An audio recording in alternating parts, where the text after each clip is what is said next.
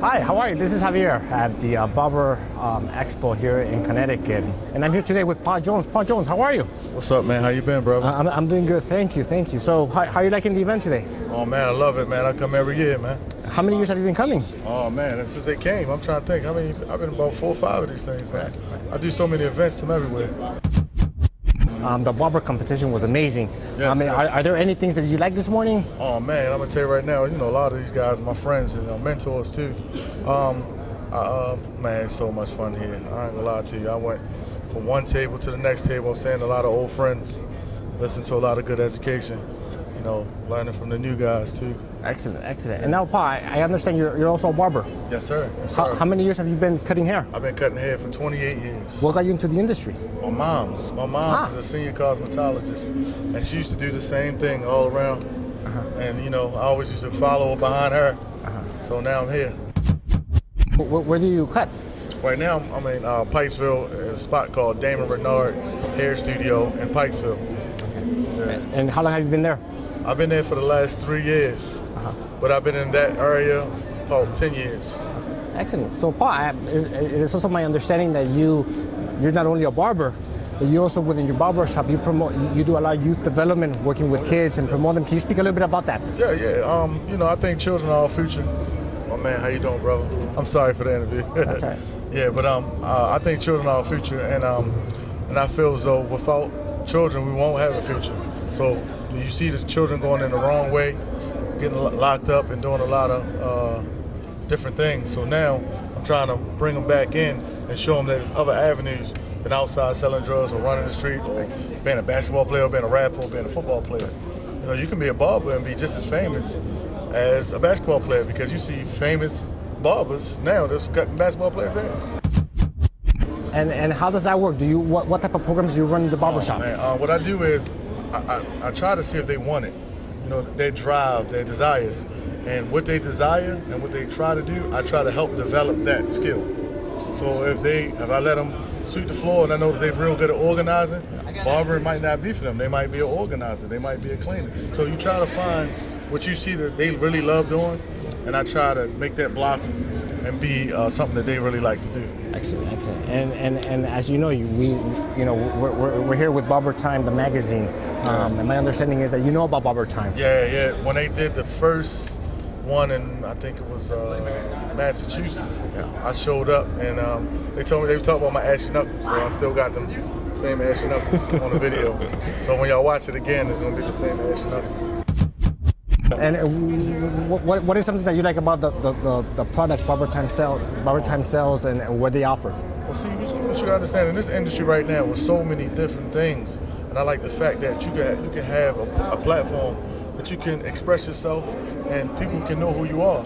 Because there's a lot of barbers who don't like the stage. They just want, to do what they do and get out of there. So this provides that, that aspect, so people can, see them and, not be on stage all day long. Right. And as you mentioned, one thing that BarberTime does provide is that platform for barbers. And as you also know, historically, barbershops have been a place for communication, conversation, and also have been a place where for the medical field, where barbers were known as surgeons. Desires, yes. We was doctors and surgeons, and they kind of broke them up into pieces. But barbers starting to lose their professionalism.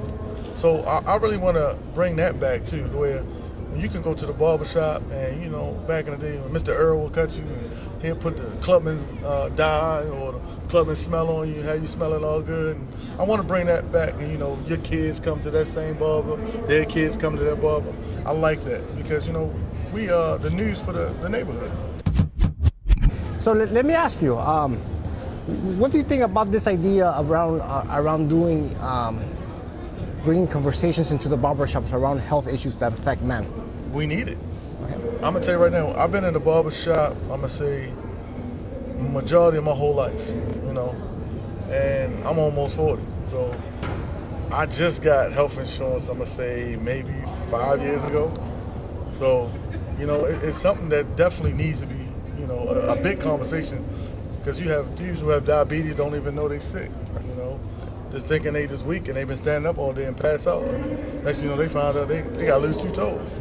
So, you know, if you put education in with, you know, taking care of yourself and diet and, you know, how many meals you should eat, I think you should talk about health, period, not just, you know, men's health. Well, again, we're here with Paul Jones at the Barber Expo. And Paul Jones, before we leave, anything you want to say about what you do, about your company? Oh yeah, this is Rising Star Clothing Line. It's a guy from Baltimore. He's one of the mentors in one of the programs that I work with. He's a good guy.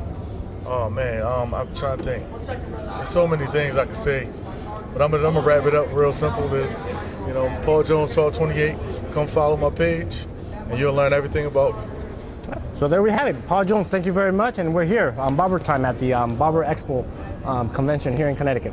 Take care. Barbers build relationships for a lifetime.